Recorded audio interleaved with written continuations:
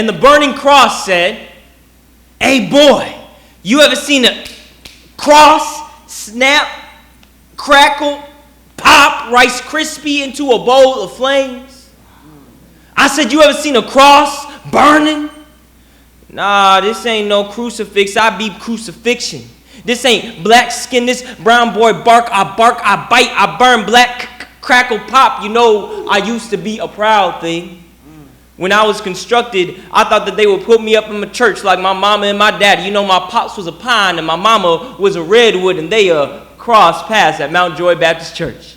And they used to tell me that my great-great-great-great-granddaddy was this old rugged cross who lived on Calvary, and this man named Jesus was killed on him. And ever since then, people have been looking to my folks as a sign of salvation. Which brings us here to the front yard of Reverend Robert Hughes, Birmingham, Alabama, July 1959. You know, I didn't want to be burned like this.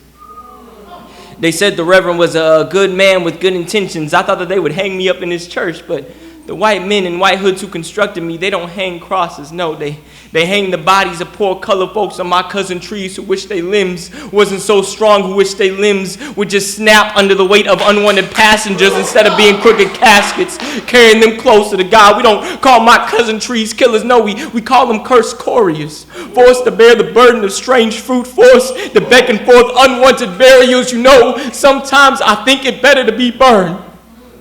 I die up here slowly.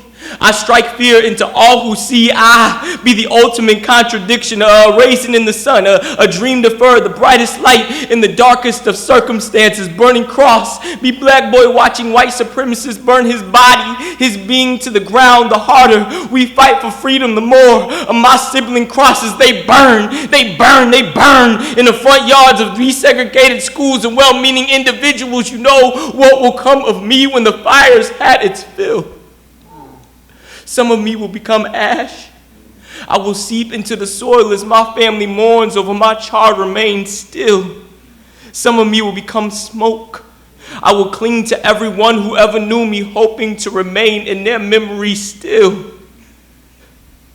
Some of me will become heat. And like heat, I will rise. I will rise. I will rise like that man they said they killed on my great-great-great-great-granddaddy. You know, they say in 3 days he rose from the dead, and like him, like heat, I will rise to the heavens in all my glory, and I just hope that y'all will tell my story